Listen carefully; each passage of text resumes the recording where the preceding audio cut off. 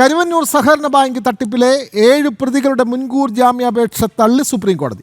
Justice A Amanullah അധ്യക്ഷനായ ബെഞ്ചാണ് ഹർജി തള്ളിയത്. 2006 മുതൽ 2011 വരെ ബാങ്കിന്റെ ഡയറക്ടർ ബോർഡ് അംഗങ്ങളായിരുന്ന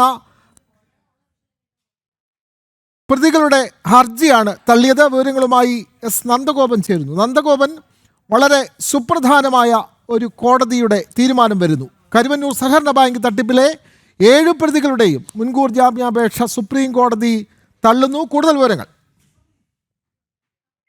കരുവന്നൂർ സഹകരണ ബാങ്ക് തട്ടിപ്പുമായി ബന്ധപ്പെട്ട് രജിസ്റ്റർ ചെയ്ത കേസിലെ 7 പ്രതികളുടെയും മുൻകൂർ ജാമ്യാപേക്ഷ സുപ്രീം കോടതി തള്ളിയിരിക്കുകയാണ്. 2001 മുതൽ 2011 ഇടയിൽ കരുവന്നൂർ സഹകരണ ബാങ്കിന്റെ ഡയറക്ടർ ബോർഡിൽ അംഗങ്ങളായിരുന്നവരാണ് ഈ സുപ്രീം കോടതിയിൽ മുൻകൂർ ജാമ്യത്തിനായി സമീപിച്ചത്.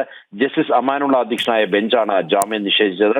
തങ്ങളുടെ കാലയളവിൽ നിക്ഷേപകർക്ക് യാതൊരുവിധ സാമ്പത്തിക നഷ്ടവും ഉണ്ടായിട്ടില്ല, നയപരമായ കാര്യങ്ങളിലൊന്നും ഇടപെടൽ നടത്തിയിട്ടില്ല തുടങ്ങിയ കാര്യങ്ങളാണ് ഈ ഹർജിയിൽ ചൂണ്ടിക്കാണിക്കുന്നത്.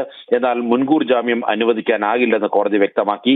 കേസിൽ ഹർജിക്കാരുടെ പങ്ക് അന്വേഷണ സംഘം കോടതിയിൽ സമർപ്പിച്ചിരുന്നു. അന്വേഷണത്തിൽ പ്രതികളുടെ പങ്കാളിത്തം സംബന്ധിച്ച നിർണായക വിവരങ്ങൾ പുറത്തു വന്നിട്ടുണ്ടെന്നും ഈ സാഹചര്യത്തിൽ മുൻകൂർ ജാമ്യം അനുവദിക്കാനാകില്ലെന്നുമാണ് കോടതി വ്യക്തമാക്കിയത്. ഇതോടെ പ്രതികളെ കസ്റ്റഡിയിലെടുത്ത് ചോദ്യം ചെയ്യാനുള്ള അന്വേഷണ സംഘത്തിന്റെ നീക്കങ്ങൾക്ക് കൂടുതൽ കരുത്ത് ലഭിച്ചിട്ടുണ്ട് എന്ന് വേണം മനസ്സിലാക്കാൻ.